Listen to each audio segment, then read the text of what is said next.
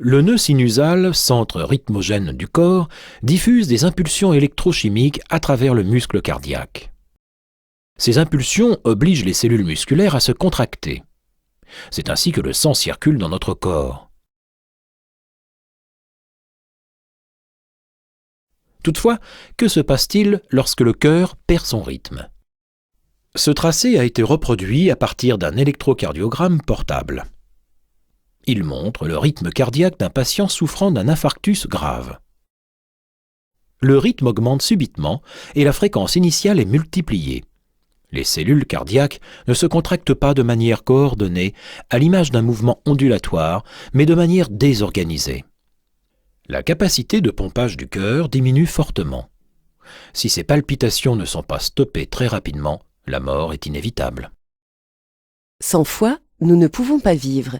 Si cet organe se détériore en raison d'une maladie ou de l'excès d'alcool, la seule solution réside dans la transplantation.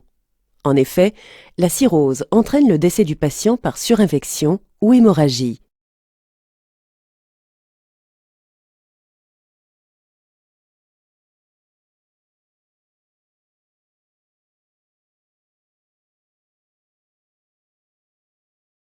L'assimilation des substances par le tractus digestif est également appelée absorption pérorale, ingestive ou gastro-intestinale. Les substances nutritives, issues des fragments de nourriture pendant la digestion, sont absorbées dans l'intestin avec les vitamines, les oligoéléments et l'eau, avant d'être acheminées vers le foie via les veines, la veine porte ou le chyle. Ce dernier renferme principalement les graisses absorbées. Les voies lymphatiques de l'estomac contournent le foie et aboutissent au système vasculaire.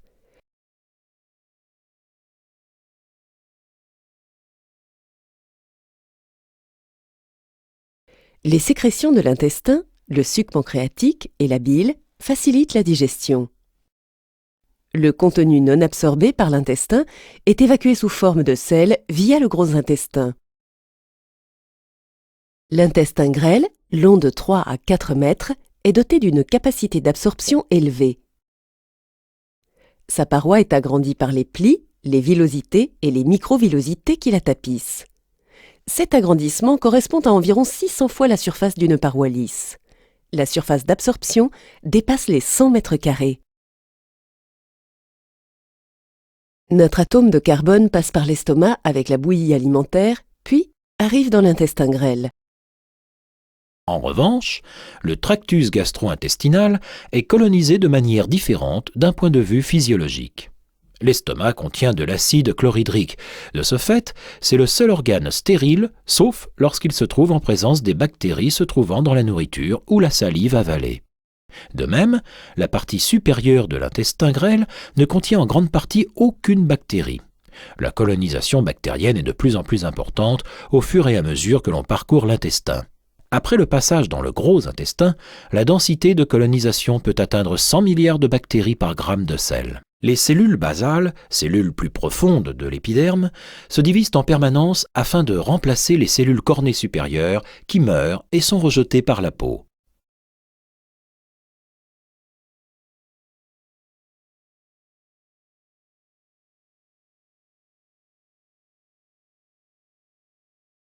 Lors de leur migration dans la peau, les cellules basales changent de forme et de fonction.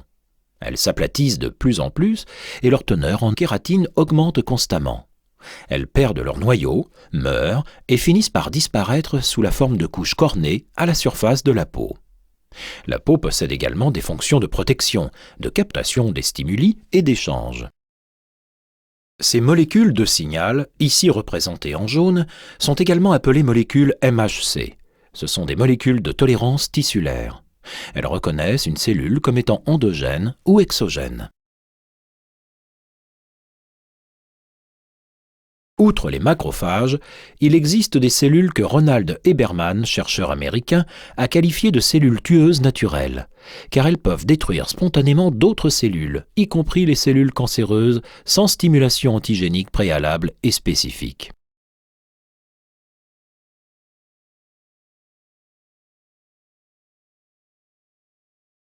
Les protéines de structure constituent une autre catégorie.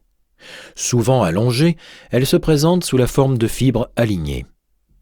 Contrairement aux protéines globulaires, les protéines de structure ne sont pas solubles.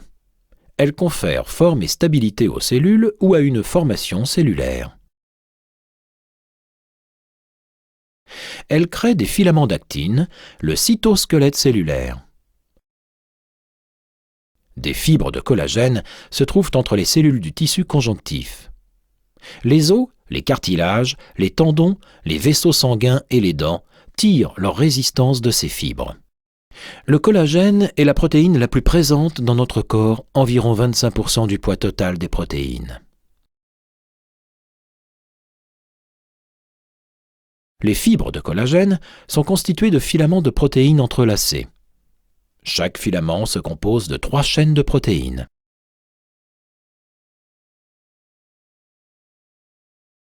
En France, environ 15% des couples sont sans enfants de manière involontaire. Si cette absence d'enfants non désirés dure plus d'1 année, on peut alors parler de stérilité du couple. On rapporte des informations de même nature dans presque tous les pays industrialisés. En règle générale, on estime que dans 30% des cas d'absence d'enfants involontaires, la femme est responsable. Pour l'homme, cette proportion va de 30 à 40%. Dans environ 40% des cas, l'homme et la femme connaissent tous les deux des problèmes. En cas de stérilité dans le couple, la recherche des causes chez l'homme et la femme est préconisée pour poser rapidement un diagnostic précis et mettre en place des mesures thérapeutiques.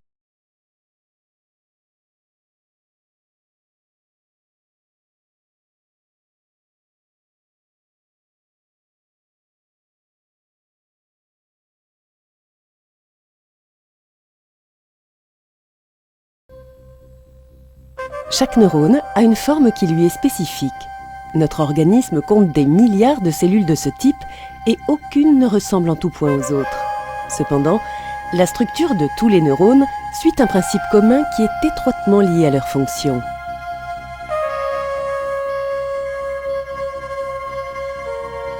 Une caractéristique de construction des neurones est particulièrement visible lorsqu'on les colore avec un pigment jaune fluorescent. Ce pigment, de couleur jaune lucifère, est injecté dans les cellules avec un capillaire minuscule.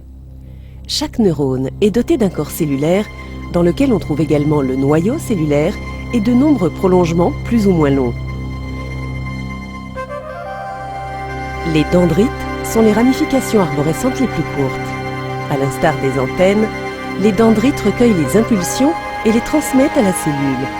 Le prolongement ramifié, beaucoup plus fin, constitue la fibre cellulaire, ou axone en langage spécialisé, avec laquelle la cellule communique ses impulsions. Les cellules nerveuses sont reliées par les axones, mais elles communiquent également avec les organes sensoriels et les muscles. Dans une cellule à épines, il est facile d'identifier l'axone, car ce prolongement ne possède aucune épine et présente une surface totalement lisse. Vous pouvez ici observer un axone en haut à gauche. Les axones, nombreux et parallèles, forment un faisceau appelé nerf dans la langue courante.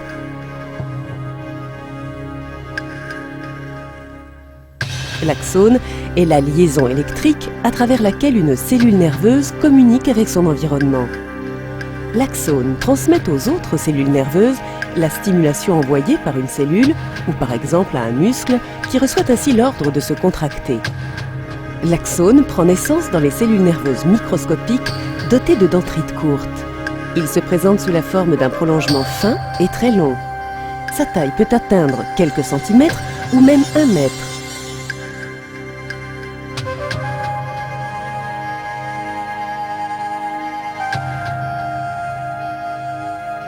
Cette image, au microscope électronique, montre un axone dans le sens longitudinal. Il est littéralement entouré d'une couche électrique isolante que la limite sombre permet ici de distinguer. Elle est constituée d'une cellule de la névrolie spécialisée, également appelée cellule de Schwann, du nom du biologiste qui l'a découverte. Sa membrane présente de nombreux replis et s'enroule plusieurs fois sous l'axone. Avec l'aide de la myéline, mélange complexe de protéines et de lipides, elle isole les flux électriques qui parcourent la fibre nerveuse. La gaine de myéline se resserrent à intervalles réguliers. Ce resserrement permet d'accélérer la conduction nerveuse. Ces emplacements sont dépourvus d'isolation. L'impulsion nerveuse bondit d'un emplacement à l'autre. La conduction est beaucoup plus rapide que si elle parcourait la fibre nerveuse de manière uniforme. En outre, les cellules de Schwann sont essentielles au long axone car elles lui apportent des substances nutritives.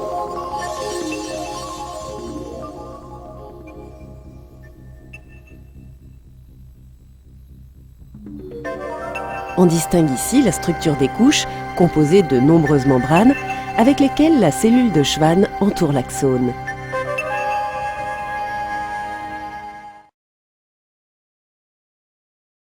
Les fonctions cérébrales reposent sur les interactions d'approximativement 100 milliards de cellules nerveuses, les neurones. Ces cellules sont spécialisées dans l'acheminement et le traitement des informations. Les neurones sont dotés de prolongements cellulaires spécifiques qui transmettent les signaux électriques. Les dendrites acheminent vers les corps cellulaires les stimulations provenant d'autres cellules nerveuses. Quant aux axones, ils transmettent les signaux aux neurones suivants.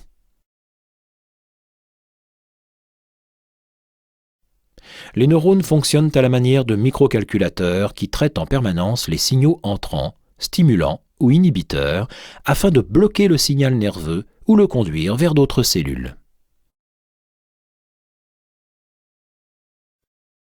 Les synapses, zones de transmission des stimulations de neurone à neurone, jouent un rôle prépondérant pendant ce processus. Le signal électrique est alors transformé en message chimique. Seul ce dernier peut franchir la fente étroite entre deux cellules nerveuses. Chacune des 100 milliards de cellules nerveuses développe environ 1000 à 10 000 synapses.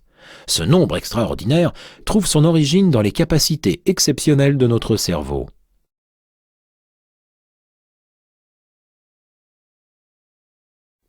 Lorsqu'un signal électrique parvient à une terminaison synaptique, il déclenche la libération de messagers spécifiques présents dans les vésicules synaptiques.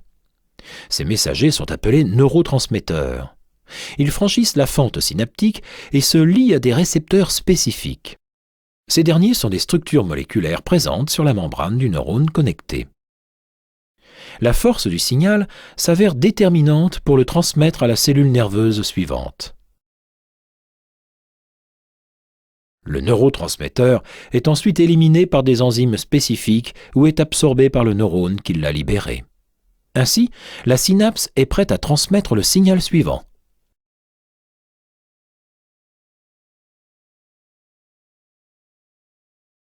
Le système nerveux comprend de nombreux neurotransmetteurs différents. Un récepteur spécifique est attribué à chacun de ces messagers. Le récepteur est capable de reconnaître une structure tridimensionnelle en suivant un principe inspiré d'une clé et d'une serrure. Une synapse est le point de connexion entre l'extrémité d'un axone et les autres cellules nerveuses. On distingue ici deux synapses, marquées T1 et T2, sur cette image au microscope électronique. Les flèches montrent la fente entre les boutons synaptiques et la dendrite de la cellule nerveuse voisine. La largeur de cet espace n'est que de 200 millièmes de millimètre.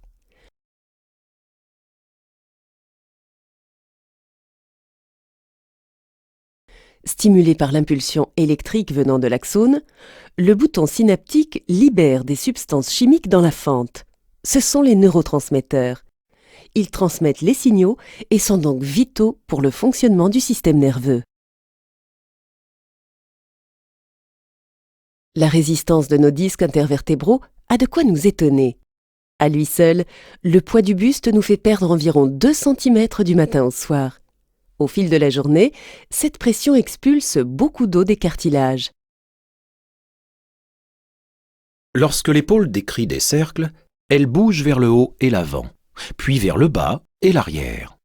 Les mouvements sont principalement exécutés par les articulations sternoclaviculaires et scapuloclaviculaires.